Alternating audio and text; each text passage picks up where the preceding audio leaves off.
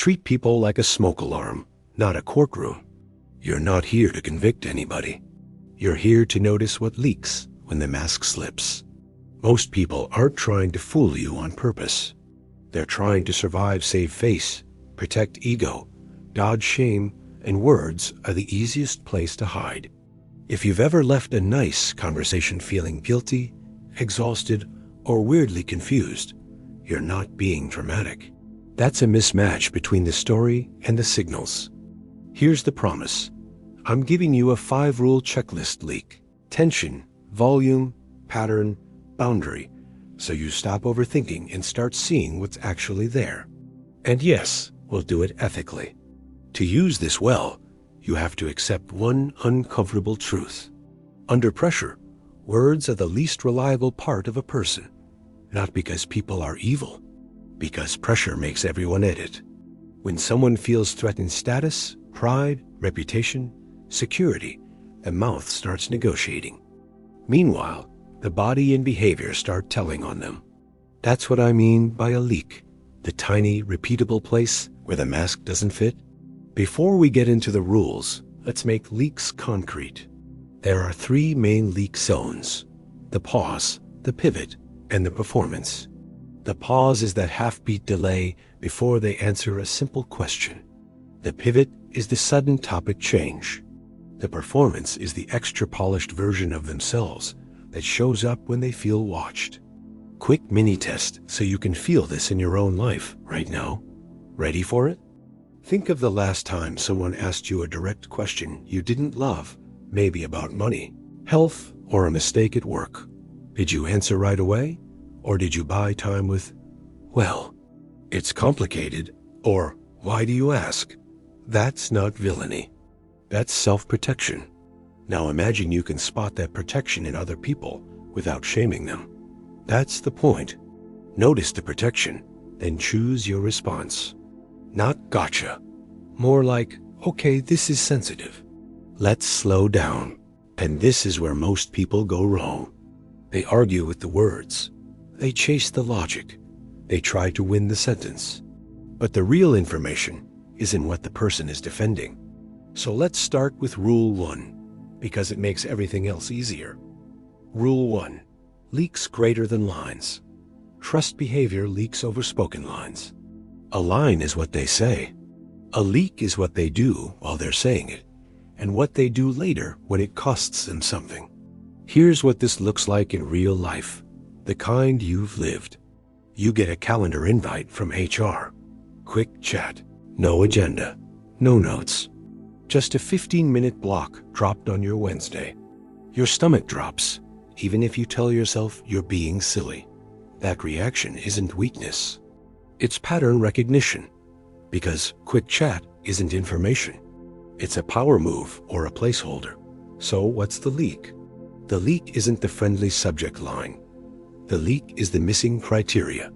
When someone has a clean purpose, they can usually say it. When they don't, they leave you guessing. Here's the micro action that keeps you calm and professional. You respond with this word for word. Can you walk me through the decision criteria in writing? That sentence does 3 things. It slows the game, it documents the process, and it tells you whether you're dealing with clarity or politics. And if they're totally normal, they'll send you the criteria, or they'll at least tell you the topic. You go in prepared, not spiraling. If they're not normal, they'll dodge, get vague, or act offended that you want clarity. That offense is a leak. Not proof of guilt, just proof they dislike transparency. Another scene, different setting. Your spouse says, "I'm fine," while speed cleaning the kitchen like a tornado has a deadline. The words are fine. The leak is the pace, the jaw, the sigh that has a sharp edge. Here's the trap. If you take the words literally, you either drop it, that it blows up later, or you poke until it becomes a fight. So instead, respond to the leak without accusing them of lying. Try this. "I'm hearing fine, but I'm seeing stressed. Do you want help, space, or 5 minutes to vent?" Notice what that does. You're not judging. You're offering choices. And choices lower the pressure that creates the mask in the first place. Boundary condition, because this matters. One leak isn't proof. Everybody has a bad day. Everybody gets weird on Tuesday. You're not collecting tells to build a case. You're watching for repeats in similar contexts. Which brings up a practical rule inside Rule 1. If you see a mismatch, don't react immediately. Ask one neutral question, then watch what happens next. Because follow-through is the loudest leak of all.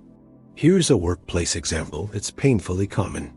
A coworker says, "Totally, I'll handle it," with a big smile in the meeting.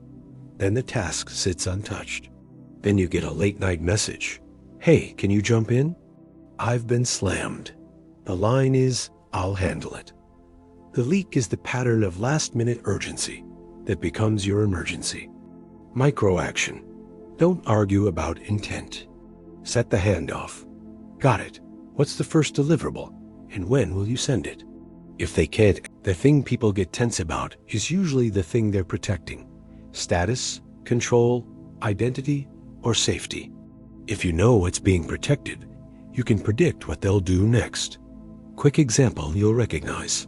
A friend posts nonstop about discipline, wellness, and no excuses. In person, they're touchy if you mention sleep, stress, or drinking. They change the subject, or they go preachy. That's tension plus performance. Your ethical response is not to diagnose them. Your ethical response is to stop taking their advice like it's scripture and to keep your own decisions grounded in reality. Now, a mini test you can run tonight, quietly, without starting a fight. Pick one relationship that drains you. Ask, where is the tension? What topics cause pivots, jokes, or speeches? Write down 2 topics. That's your map. And once you have the map, you stop stepping on landmines by accident. You either approach those topics with care, or you decide you're not discussing them without boundaries. Boundary condition for Rule 2. Tension can also mean trauma, grief, or fear, not manipulation. So don't punish tension. Respect it. The question is, do they use their tension to take your freedom, or do they use it to ask for support honestly? If it's honest, you'll see accountability. They'll say, "I'm stressed. I need a minute." They'll circle back. They'll repair. If it's control, you'll see blame, fog, and consequences for asking normal questions. And that sets up Rule 3 volume, which is where the mask gets loud. But before we go there, lock in the first 2 rules with the 10-second checklist. Leak, tension, then ask, what changed? What's being protected? If you can do that, you'll stop arguing with words and start responding to reality. Rule 3. Volume is cover.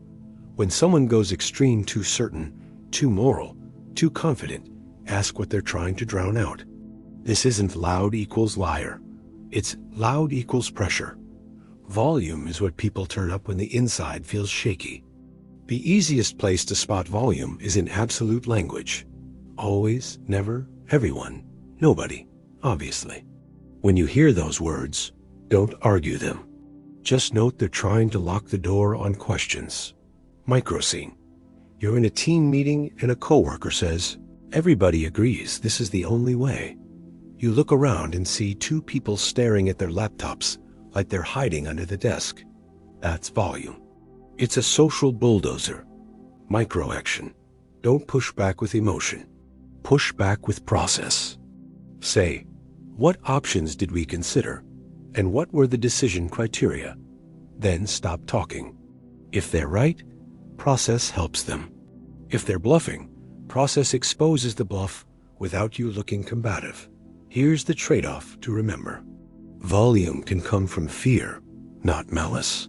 Some people go loud because they're terrified of looking incompetent. Others go loud because they're protecting control. Your job is not to label them. Your job is to choose your distance and your method. Let's talk about the moral version of volume. The person who preaches. They don't just have an opinion. They have a sermon. And there's usually a punishment if you don't clap. Microscene, neighborhood group chat. Someone posts a long message about what decent people do. Then anyone who asks a practical question gets shamed.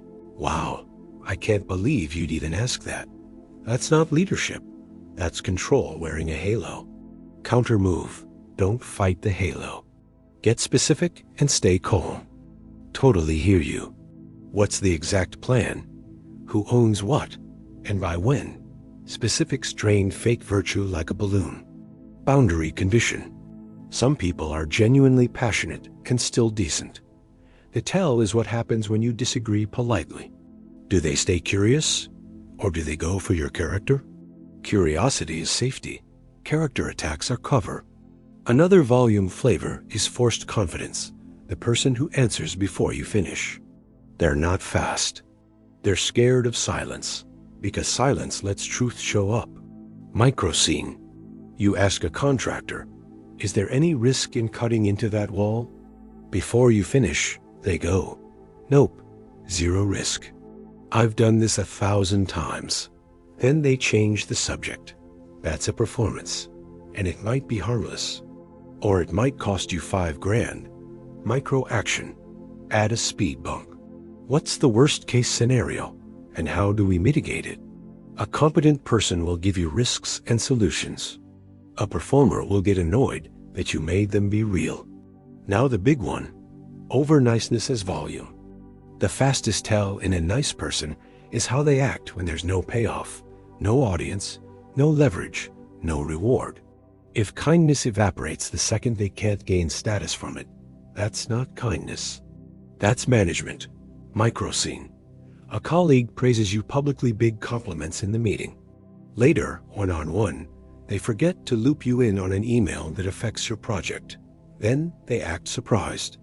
That contrast is the leak plus volume. The praise was cover. The exclusion was the truth. Workplace microaction. Don't accuse. Document. Send a calm recap. Just to confirm. I'm responsible for X. Most fights cool down when you force the goal into daylight. Objection. But what if I track patterns and it makes me feel worse? Yes. Clarity stings. It's like stepping on a scale after the holidays. But it's better than paying for the same mistake in monthly installments. Here's a safe way to use patterns without spiraling. Limit yourself to one decision per pattern. More clarity, less access, or one boundary. You're not rewriting the whole relationship tonight. That leads to Rule 5, because reading people is useless if you don't know what to do with what you see. Rule 5. Compassion with boundaries. See the wound, keep the line. The healthiest read is, I understand why you do this, and I'm still not accepting it. Microscene. Someone in your life gets sharp when they feel cornered. Maybe it's a sibling. Maybe it's a supervisor. Their tone turns into a weapon. Then later, they act like nothing happened. If you let it slide, you teach them it works. Microaction. Name the boundary in the moment, then reduce access. I'm happy to talk when we can keep it respectful. I'm stepping away for now. Then you actually step away. The boundary is behavior-based, not personality-based.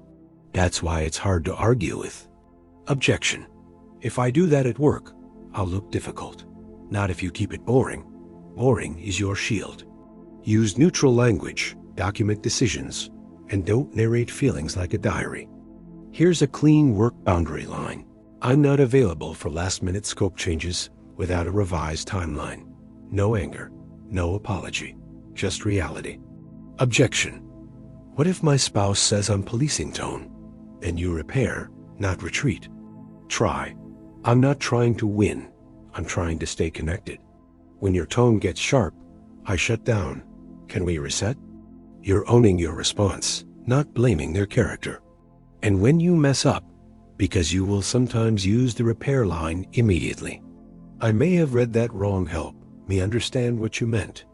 That sentence is emotional intelligence with a spine. It keeps you humble without surrendering your boundaries. Now let's handle the big pile of objections that show up in midlife, when you're tired and busy and you don't have patience for social games. I'm too old to change. I've tried boundaries. People will think I'm rude. This is just how my family is. If you think you're too old, you're not too old, you're overextended. Start with the smallest possible move. Pause 3 seconds before responding, especially to a bait text or a snarky comment. That pause is you taking your life back. If you've tried boundaries and it blew up, that's normal.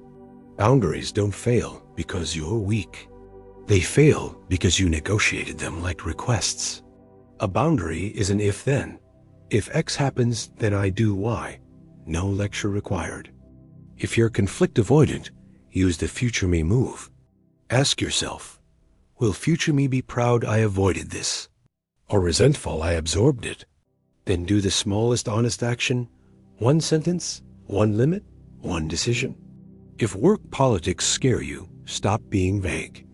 Ask for criteria in writing. Confirm owners. Recap decisions.